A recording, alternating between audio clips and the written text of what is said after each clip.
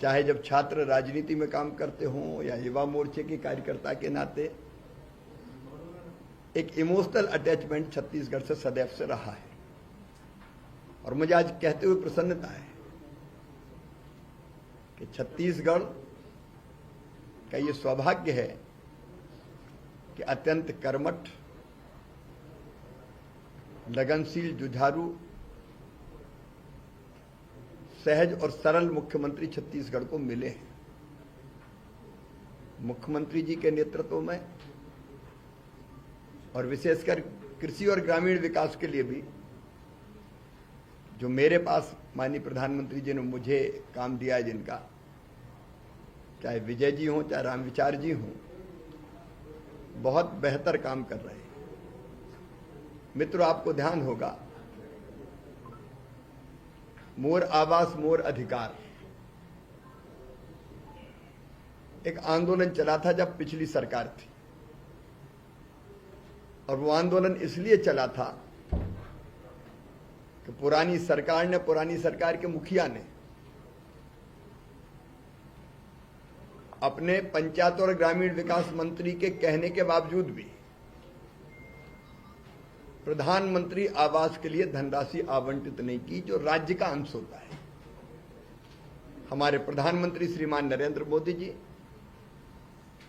छत्तीसगढ़ के गरीब भाइयों और बहनों के लिए प्रधानमंत्री आवास योजना के मकान भेजते रहे, उसके लिए राशि भेजते रहे, लेकिन राज्य सरकार ने वो राशि खर्च ही नहीं की, अपना अंश ही नहीं दिया। और इसका परिणाम यह हुआ कि लाखों पात्र हितग्राही जिनको प्रधानमंत्री आवास योजना का लाभ वर्षों पहले मिल जाना चाहिए था, वो उस लाभ से वंचित रह गए। और गरीब को घर ना देना सचमुच में एक पाप था। उस समय संघर्ष किया भारतीय जनता पार्टी ने और एक वचन दिया था कि हमारी सरकार अगर बनती है तो हम सारे पात्र हितग्राहियों को हमारी डबल इंजन की सरकार आवास देने का काम करेगी। आज मेरे मन में संतोष है कि प्रधानमंत्री जी के नेतृत्व में छत्तीसगढ़ की जनता से किया हुआ ये वचन हमने निभाया, हमारी सरकार ने निभाया। और जब पहली बार सरकार बनने के बाद आवास आवंटित कर, तीसरी बार सरकार बनने के बाद जब पहली बार आवास आवंटित करने का मौका आया तो हमने 8,47,000 मकान छत्तीसगढ़ को आवंटित किए प्रधानमंत्री आवास योजना के। फिर माननीय मुख्यमंत्री जी पधारे थे, उप मुख्यमंत्री जी आए थे, ग्रामीण विकास पंचायत वो देख रहे हैं। तब उन्होंने कहा कि नहीं, और मकान छत्तीसगढ़ को चाहिए क्योंकि जो वादा किया वो निभाना है। तो हमने फिर 3,03,000 मकान और दुर्ग में एक कार्यक्रम में आके छत्तीसगढ़ को दिए। और आज मुझे कहते हुए खुशी है,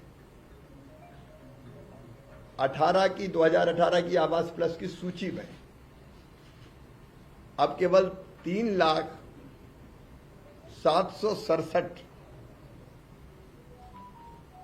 पात्र हितग्राही बचे जिनको अब तक मकान नहीं मिला था। आज अंबिकापुर के कार्यक्रम में मुख्यमंत्री जी को मैं पत्र सौंपूंगा, बचे हुए मकान की स्वीकृति का पत्र भारत सरकार की ओर से। और इसके बाद कोई भी पात्र हितग्राही शेष नहीं बचेगा 2018 की सूची के अनुसार। तो अपने आप में आज का दिन ऐतिहासिक है। जो कहा सो किया, मोदी है तो मुमकिन है, क्योंकि हम जो कहते हैं वो करते हैं। और मैं छत्तीसगढ़ सरकार की प्रशंसा इसलिए करूंगा, मुख्यमंत्री जी आपको मैं धन्यवाद दूंगा। विजय जी, आप लोगों ने जो काम किया, जो मकान दिए, तेजी से बनाने का आप काम कर रहे हैं। राज्य का जो अंश मिलाना चाहिए तत्काल आप देते हैं और मकान तेजी से पूरे हो रहे हैं। इतना ही नहीं, पीएम जनमन के अंतर्गत 32,000 मकान इसके अलावा और छत्तीसगढ़ को आवंटित किए। और हमारा कमिटमेंट है जो अत्यंत पिछड़ी जनजाति है 5, और भी अगर कोई हितग्राही रह गया होगा तो आज मैंने आदरणीय मुख्यमंत्री जी और उप मुख्यमंत्री जी को कहा है, वो इस विभाग को देख रहे हैं कि भारत सरकार के पास छत्तीसगढ़ के लिए पैसे की कोई कमी नहीं। हमने जब पिछली बैठक में माननीय मुख्यमंत्री जी आए थे दिल्ली और ये कहा कि नक्सल प्रभावित जो परिवार है उनके लिए सूची में नाम नहीं है, तो उनके लिए भी अलग आवास की कुछ व्यवस्था होनी चाहिए ताकि हम देख के उन पीड़ित परिवारों को और आत्मसमर्पित जो हमारे साथी या नक्सलवाद का रास्ता छोड़ा उनके लिए भी मकान दें। तो 15,000 मकान उसके लिए भी हमने आवंटित किए और उनके भी मकान आपने स्वीकृत करके बनाना प्रारंभ कर दिए। और केवल इतने ही नहीं, पुरानी सरकार के मुख्यमंत्री ने तत्काल एक मुख्यमंत्री आवास योजना के नाम से योजना बना दी और मकान पूरे बनाए भी नहीं, अधूरे पड़े थे। मैं आपकी संवेदनशीलता को विष्णु जी बहुत बधाई देता हूं संवेदनशीलता के लिए कि वो मकान भी आप पूरा करने का काम कर रहे हैं। तो जो हमारे भाई और बहन कच्चे मकानों में रहते थे उनके लिए आवास का एक महायज्ञ चला और यहीं नहीं रुकेंगे हम। नया सर्वे हमने फिर चालू कर दिया। कई बार 2018 की आवास प्लस की सूची से नाम छूट गए थे, ऐसा मुख्यमंत्री जी ने, ग्रामीण विकास मंत्री जी ने बताया। जो वंचित रह गया उनको वंचित नहीं रहने देंगे और इसलिए आवास के लिए नया सर्वे हो रहा है। उस सर्वे में भी जो संख्या आ रही है उसका एक बार फिजिकल वेरिफिकेशन करके और आगे भी मकान आवंटित किए जाएंगे। मैं आवास में छत्तीसगढ़ सरकार ने जो अत्यंत उत्तम काम किया है उसके लिए मैं सरकार को बहुत बहुत बधाई देता हूं। एक बात और कही थी आवास के संदर्भ में कि मनरेगा के अंतर्गत पिछले साल 3,355 करोड़ रुपया छत्तीसगढ़ को मिले थे। इस बार फिर लेबर बजट आया तो माननीय मुख्यमंत्री जी ने कहा कि लेबर बजट को रिवाइज कीजिए, थोड़ा कम लग रहा है हमको छत्तीसगढ़ की आवश्यकता को ध्यान में रखते हुए।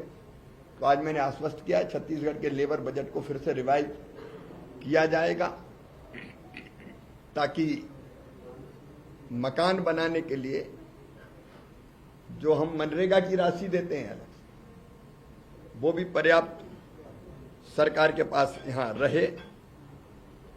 मिशन अमृत सरोवर पे भी लगातार काम चल रहा है। यहां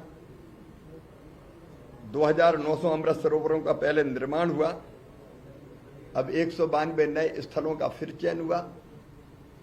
एक और वाटर सेट की हमारी स्कीम है जिसमें पुरानी जल संरचनाओं को ठीक करना और नई बनाना पानी रोकने के लिए, चेक डैम, स्टाप डैम, बोरी बंधान, उसके अंतर्गत भी छत्तीसगढ़ को हम राशि देने का काम कर रहे हैं।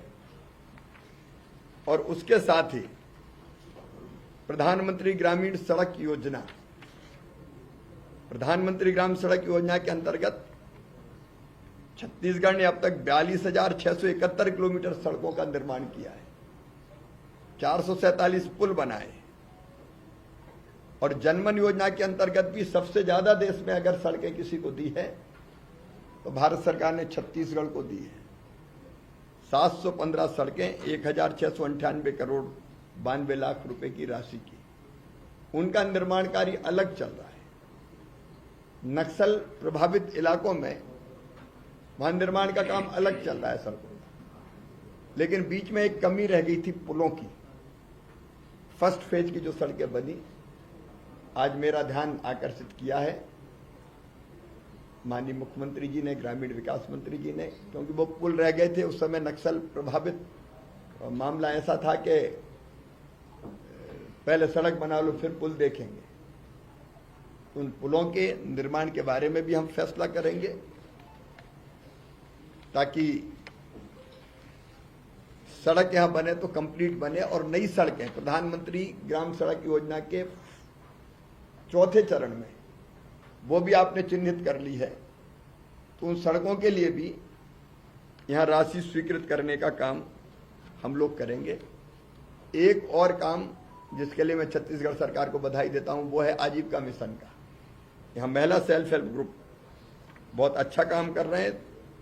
2,71,000 स्वयं सहायता समूह में 29 लाख बहनें जुड़ी हुई है और मुझे प्रसन्नता है कि उनमें से 4,32,000 बहनें लखपति दीदी बनाने का आपने लक्ष्य लिया है और उसको तेजी से प्राप्त करने का काम आप कर रहे हैं। समावेशी आजीविका में भी जो छत्तीसगढ़ ने काम किया था वो अभिनंदनीय है। इस साल 2 लाख दीदियों को लखपति दीदी बनाना था, लेकिन छत्तीसगढ़ ने ये जो मैंने 4,32,000 बनाए, ये 26 तक का लक्ष्य था, लेकिन इसी साल 3,23,000 दीदियां लखपति दीदी बन चुकी है। ग्रामीण विकास के अलग अलग क्षेत्रों में छत्तीसगढ़ बहुत अच्छा काम कर रहा है। एक छत्तीसगढ़ राज्य ने किसान आईडी बनाने में भी बहुत अच्छा काम किया। 24 लाख किसानों की फार्मर आईडी बन चुकी है। यहाँ अलग अलग योजनाओं की मैं विस्तार से चर्चा नहीं करूंगा, लेकिन कृषि के क्षेत्र में छत्तीसगढ़ बहुत उल्लेखनीय प्रगति कर रहा है। यहाँ उत्पादन बढ़ाने का मामला हो या फल और सब्जियां उत्पादित करने का मामला हो, धान का कटोरा तो है ही छत्तीसगढ़, बेहतर काम हो रहा है।